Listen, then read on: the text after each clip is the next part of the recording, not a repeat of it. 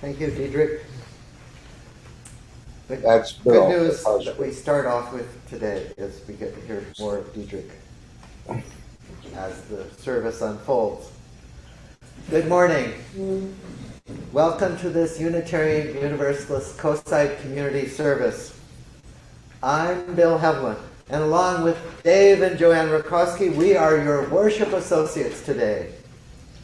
A very warm welcome to those of us visiting for the first time, to our friends at the UU community of Lake County and our friends in Ocala, Florida, who have joined us online today. Whoever you are, whatever path you have traveled, whatever your age, whatever your ability, and whomever you love, you are most welcome here. Whatever inspires you, whether you believe in God or a higher source, hold to humanist and or secular teachings, come from another religion, we encourage you to honor that personal flame that helps you to develop spiritually, build community work for social justice, and change the world. And today, we warmly welcome back our beloved Esther Wallace with a sermon entitled, The Speed of Trust. Even though we live in a time of eroding trust, Esther speaks today on how we can cultivate the speed of trust in our lives and our communities. But first, I have a couple of announcements. Please be so kind as to silence your cell phones and other devices. Also, we require mask wearing throughout the service, except for active speakers. And your cooperation is very much appreciated. And as always, we thank UU San Mateo for their administrative support and for providing an insurance writer to cover the liability insurance to rent this beautiful hall. UUCC is planning to hold our third congregational meeting on March 19 at 11 a.m. in person at Senior Co-Siters at 925 Main Street. We'll be meeting in their media room, which provide us with a big screen to better interact in real time with those who can join us only by Zoom. We're hoping for 100% participation from all of you who are inspired by our services. We'll be discussing service structure, continued masking policies, music direction, what we can do to inspire better attendance, broader participation, stuff like that. Please contact Noreen if you want to add any items to the agenda. Thanks to our technical director and session manager, Bruce Raffnell, and our production coordinator, Noreen Cooper-Hevlin, for making it possible for all of us to enjoy this service today, in person and online. And for upcoming services, we're anticipating a thoughtful sermon on grief by our beloved Ron Anand on April 2nd. More information to come in our next newsletter. Now, Esther has some opening words for us.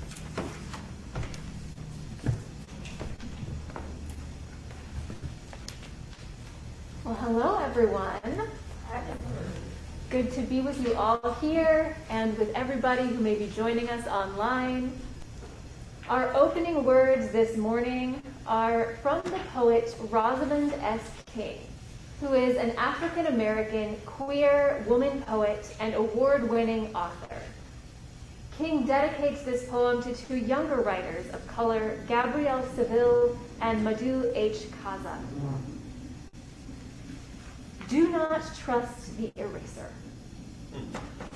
Prefer crossed out, scribbled over monuments to something once thought correct. Instead, colors, transparencies, track changes, versions, iterations. How else might you return after discards, attempts and mistakes to your original genius? And now Dave and Joanne will lead us in our chalice lighting.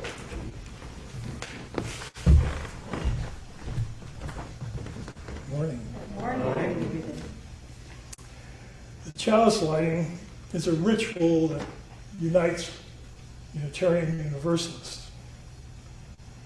Due to fire regulations, this particular chalice candle glows from battery power. It is glowing. Our chalice lighting words today were written by Erica Hewitt, author of the Shared Pulpit book. Reverend Esther and Bill are leading a shared pulpit class through UUSN currently. Joanne and I will read the first two paragraphs of the reading solo, me and her, and then we'll ask you all to join in unison on the last paragraph. The reading is entitled Bold and Courageous Together. The word courage comes from the Latin cor, which means heart. According to the poet Mark Nepo, the original use of the word courage meant to stand by one's core, a striking concept that reinforces the belief found in almost all traditions that living from the center is what enables us to face whatever life has to offer. To encourage means to hearten, to impart strength and confidence. This is our work as a religious community, to encourage one another, to be bold in engaging the world around us, as well as what scares us internally, to give one another the confidence and heart to live as fully as possible. Now let's join together.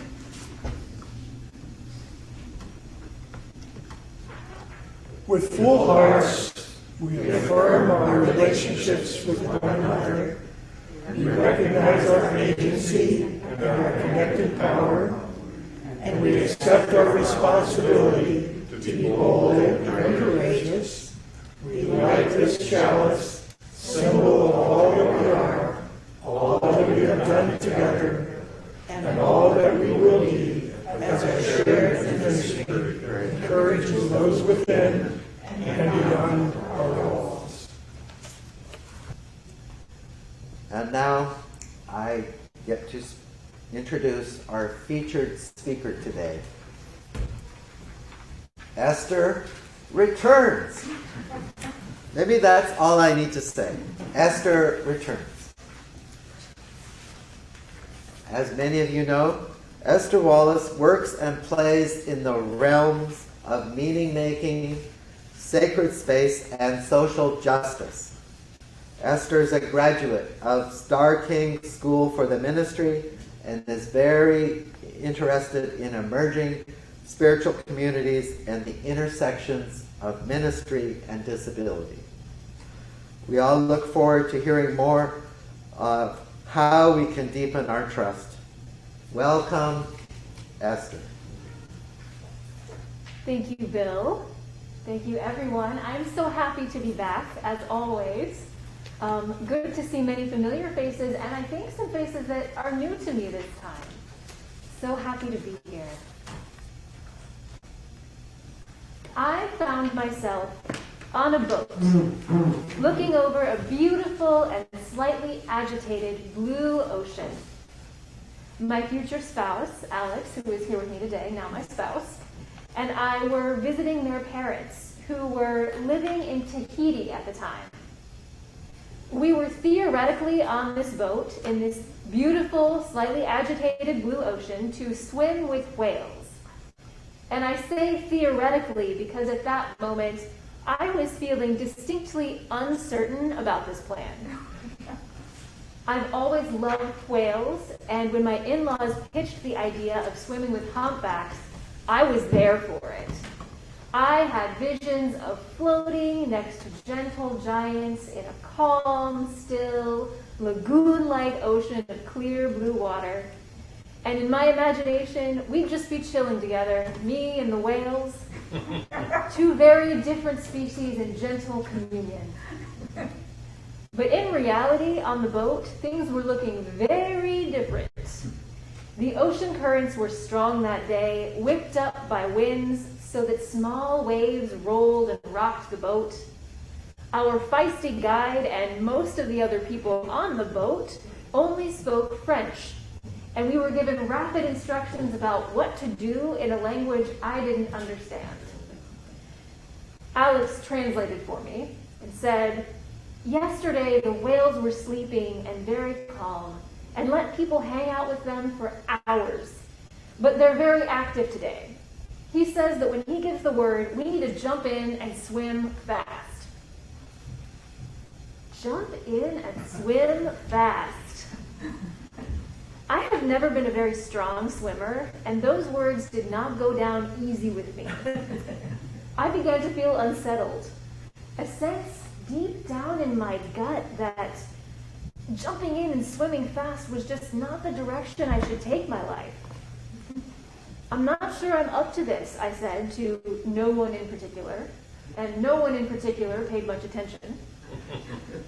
"The current seems strong," I suggested, but everybody else seemed to think it wasn't worth remarking on. So when the moment came and the word was given, shouted in French, I hauled myself, snorkel, goggles, flippers and all, into the water. I was immediately overwhelmed. Face down in the water, I couldn't make out anything through my goggles. The sea was a dark, swirling abyss beneath me. My flippers seemed to weigh down my feet, making every kick a struggle. The waves, not a still lagoon-like ocean, crashed through the top of my snorkel and pushed me down and buffeted my body, and it almost felt like being punched. The whales, not in the mood to be observed, had booked it towards the horizon, and try as I might to make progress against this current, I couldn't. And soon it became difficult for me to stay above the waves. It occurred to me that a life jacket would be a really useful thing to have, and I didn't have one. And I began to feel truly afraid, because I was profoundly aware of how outmatched I was by the forces of nature against my human body. I wondered why I hadn't trusted my own instincts to stay on that boat. I wondered if I could trust my body to get me back to the boat. And then I became aware that Alex had come up next to me. I don't remember the exact words that were exchanged, but I know they asked me how I was doing, and I told them I didn't think I could make it back to the boat. In that moment, I was overcome by the ocean. But the broader context was that at that moment came at a time in my life when I felt overcome by the world in many ways. In that state of overcome, I told my partner something that felt logical to me, that they didn't need to wait for me. They could leave me, swim after the whales, and let me struggle against the waves alone. No, they said. We are going to get back to the boat together. The exact details of how we managed it are a blur to me. But what I do remember is surrendering to a sudden feeling of trust. Trust in the pace that we were moving together through the water. Trust in Alex to help me get back to the boat. Trust in them when they told me we were going to make it. We're both here today, so you can guess how the story ends. We made it back, where I stayed for the remainder of the outing. The whales, who never did slow down, eventually graced us with their presence by swimming alongside the boat, breaching the water, slapping their fins, and showing us their exhales. I don't know about you, but for me, existing these days can feel all too similar to being on that boat. The waters of our society are choppy right now, to say the least. The waves of unchecked late-stage capitalism that has valued profit over people are rocking the boat. The winds of authoritarianism are blowing at us full force. Meanwhile, some people on the boat seem all too ready to embrace the wind and the waves, eager to jump right in and make a home in them. Others seem content to ignore the warning signs, focused instead on their imagined ideal boat ride, rather than the reality of what it's shaping up to be. And some of us are noticing all of this unfold with a deep sense of mistrust brewing in our guts. Some of us are already in the waves without a life jacket, fighting the billows of racism, gender oppression, anti-LGBTQIA sentiment, class oppression, and so much more. Sources of information we should be able to trust, newsrooms and newspapers, public intellectuals, even friends, are becoming increasingly polarized, sometimes even printing verifiably false information. Our social media networks are certainly rife with misinformation. Times are troubling, frightening even, and fear is a great friend of mistrust. When we're afraid, we begin to deeply question whether we can trust our communities, our neighbors. Wonder who and what can we trust if not each other? And I think many of us, consciously and unconsciously, are wrestling with an even deeper question. How do we trust each other? How do we collectively navigate these waters we find ourselves in? How do we work together to create the kind of world we want to live in, which necessitates vulnerability and being in relationships? How do we open ourselves to trusting in a time where trust can be a liability? In her book, Emergent Strategy, Shaping Change, Changing Worlds, author and organizer Adrienne Marie Brown outlines 9 principles of what she calls emergent strategy. She describes emergence as the way complex systems and patterns arise out of a multiplicity of relatively simple interactions. She writes that emergence is a way of speaking about the connective tissue of all that exists, that it emphasizes critical connections over critical mass, building authentic relationships, listening with all the senses of the body and the mind. I think there's much there that resonates with our own UU principles, if emergence is a way of speaking about the connected nature of our reality, that sounds similar to the way we think about the interdependent web of existence, of which we are all a part. I could preach a whole series of sermons on the 9 principles of emergent strategy, but today I want to invite us to consider the 7th, moving at the speed of trust. Move at the speed of trust, Brown says. Focus on critical connections more than critical mass. Build the resilience by building relationships. This principle points us in a direction that feels counterintuitive. When we're in the midst of difficult times, we want to retreat. We can be tempted to put up our defenses and isolate because it's just not worth the risk of being hurt by our political systems, our social institutions, by other people.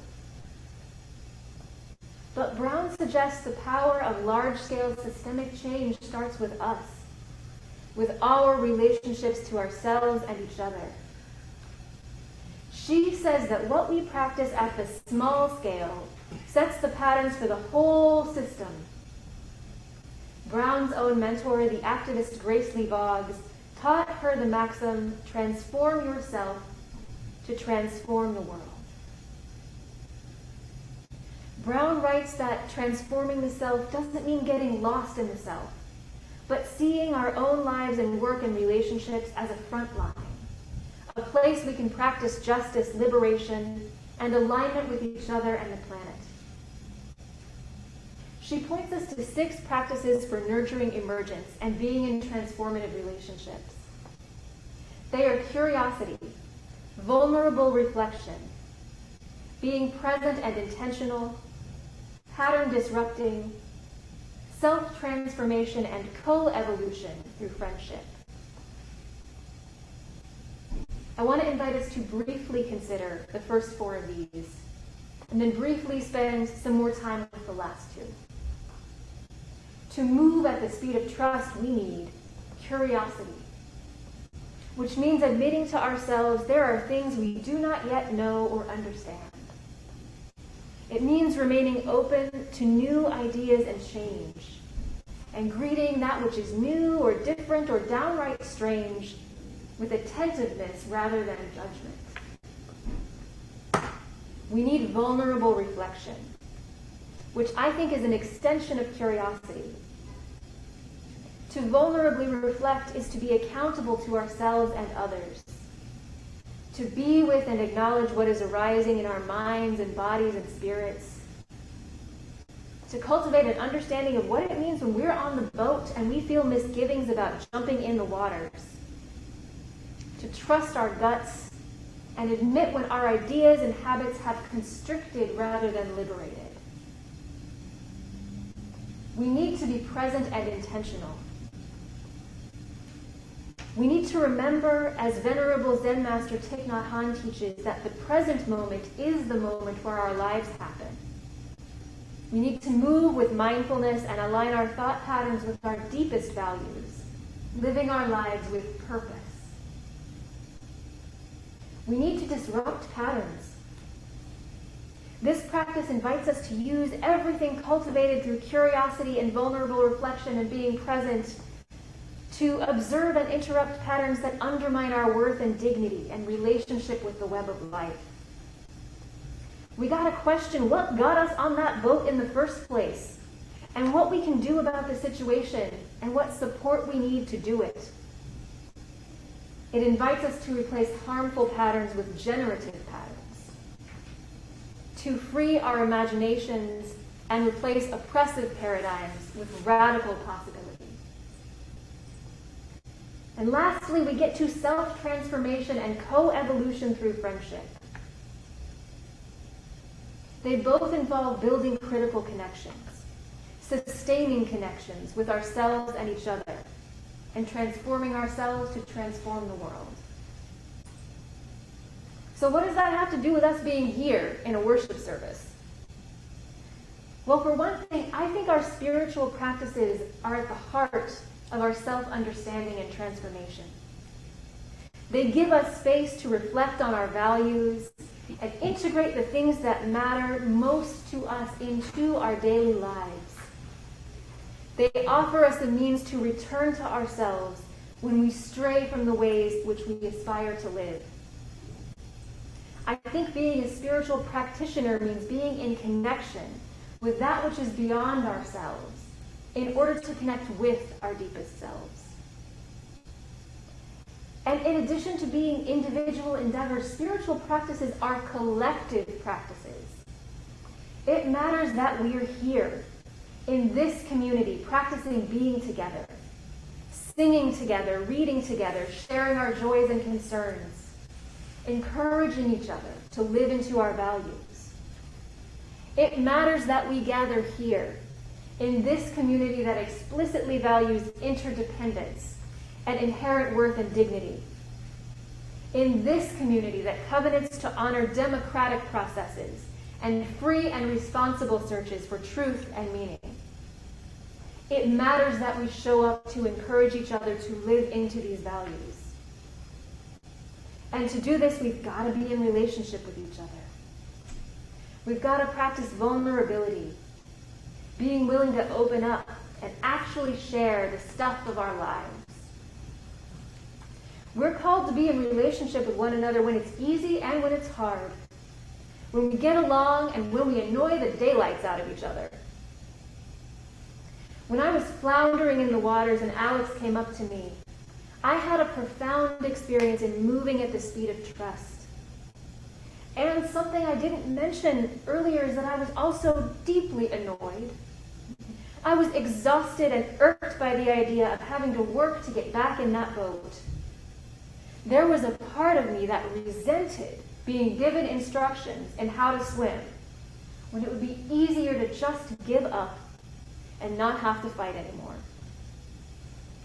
I felt vulnerable and irritated and not very likable. And yet we got through that water together, moving at the speed of trust. Disability justice author and activist Leah Lakshmi Piepsina Samarasina has written about disabled life. And I want to bring us to our close by offering some wisdom from her about how we can move in community with each other. She says many of us who are disabled are not particularly likable or popular.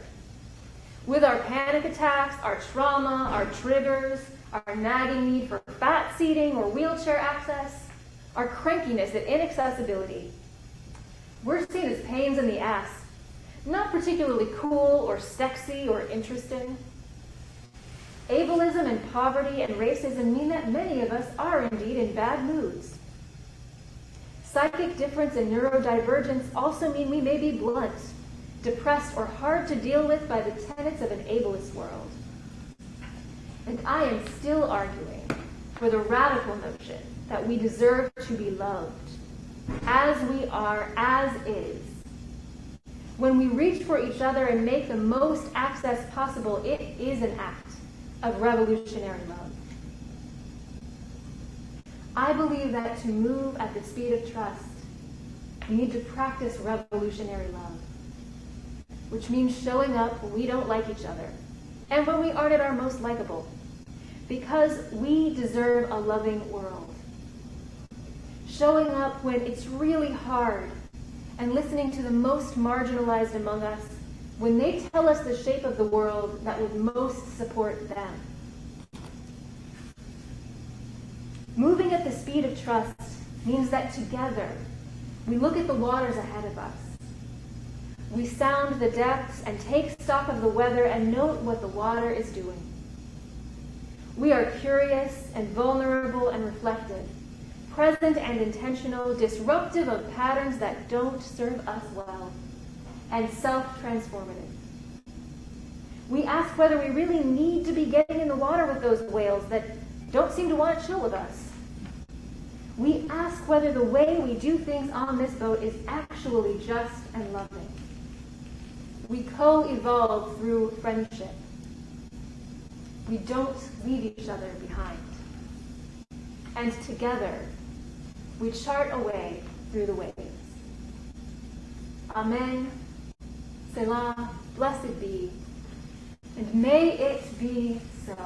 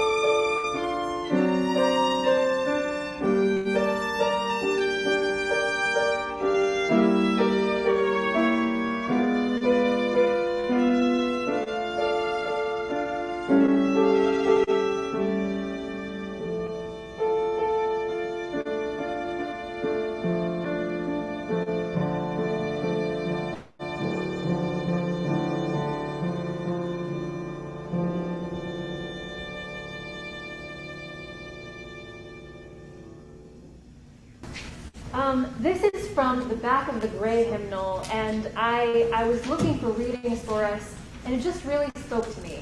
So this is Connections Are Made Slowly by Marge Piercy, and I will read the regular text, and you will read the italicized, highlighted text. Connections are made slowly. Sometimes they grow underground.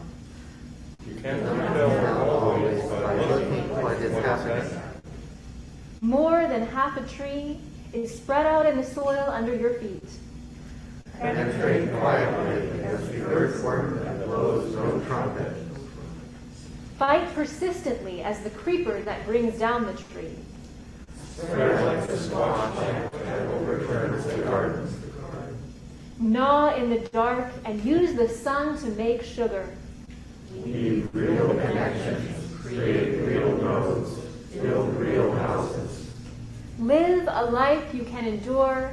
Make love that is loving. Detangling, interweaving, and taking more. The thicket and ramble wilderness the outside, but to us interconnected with the rabbit runs and burrows and layers. Live as if you like yourself, and it may happen. reach out, keep reaching out, keep bringing in. This is how we are going to live for a long time, not always. For every gardener knows that after the digging, after the planting, after the long season of tending and growth, the harvest comes. Build real houses.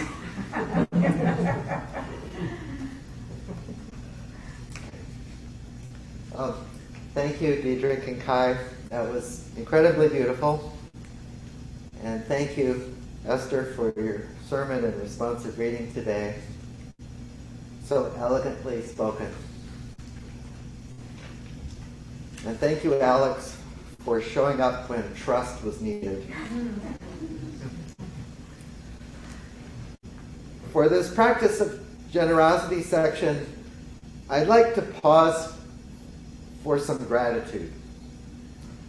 You're all here. Thank you. You are here displaying an abundance of trust because you all showed up.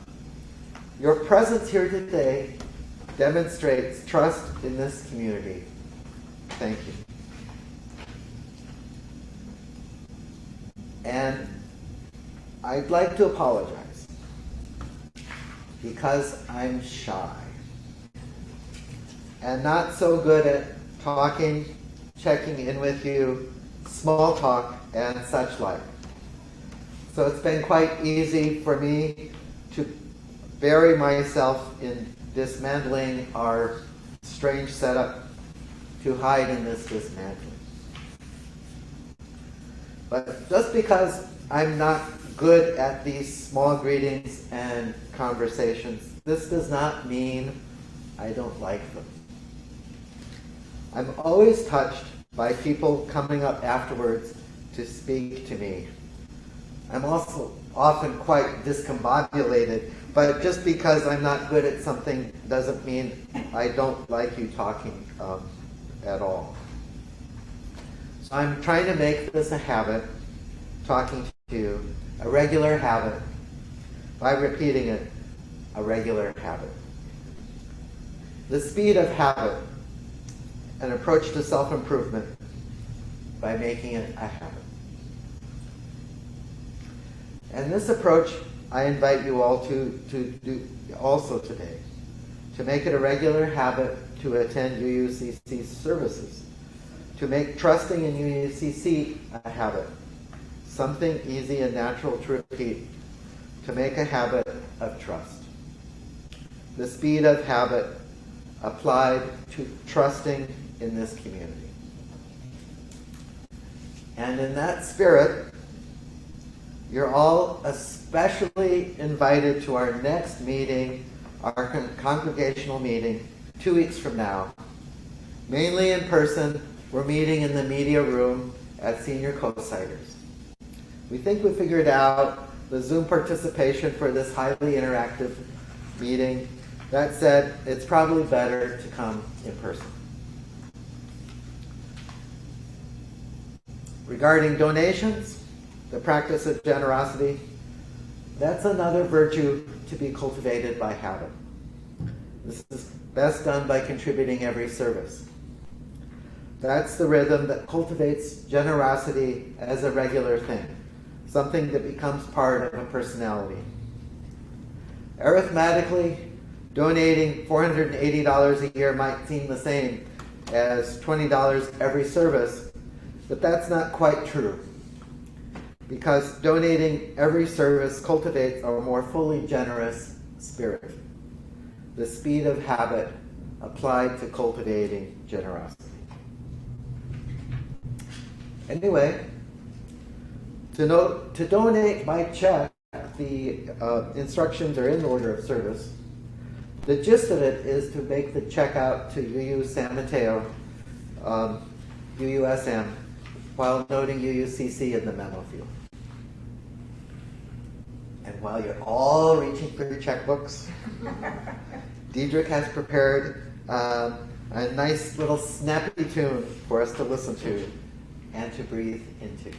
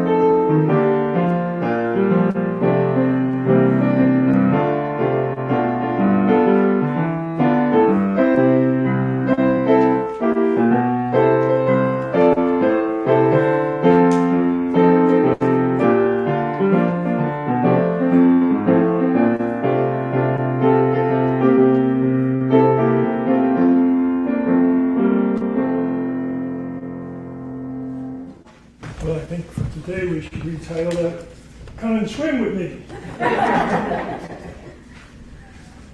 We now extinguish the candle flame. As we read together this chalice extinguishing, please consider how it relates to today's topic of trust. Carry the Flame by Reverend Brian Kyle. The flame, the chalice, is now extinguished, but its light lives on in the minds, hearts, and souls of each one of you. Carry that flame with you as you leave this place, and share it with those you love, and most especially with those you have yet to meet. And now Esther has some closing words. This is Trust by Thomas R. Smith. It's like so many other things in life to which you must say yes or no, no or yes. So you take your car to the new mechanic. Sometimes the best thing to do is trust. The package left with the disreputable-looking clerk, the check gulped by the night deposit, the envelope passed by dozens of strangers, all show up at their intended destinations. The theft that could have happened doesn't. Wind finally gets where it was going, through the snowy trees, and the river, even when frozen, arrives at the right place. And sometimes you sense how faithfully your life is delivered, even though you can't read the address. Our closing hymn today is number 1018, Come and Go With Me. Please rise in body or spirit as you are able, and let's sing together. Come and go with me.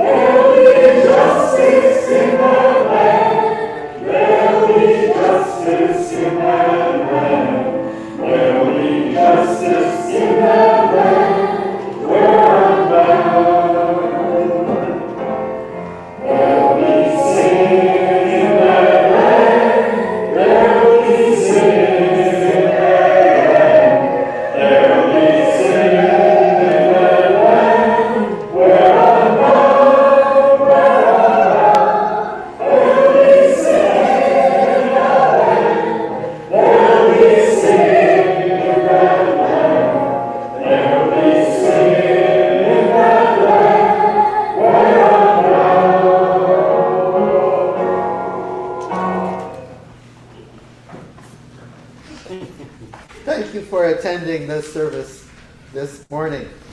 I'd like to thank everyone who helped out with this service today. Carlene for welcoming us all. Esther for warming the hall. Dave and Joanne for simulating fire and sparking our hearts. Bruce for guiding our bits into the ether, and Diedrich and Kai for coloring this space with harmonic delight. So have a wonderful week and go in peace. Amen.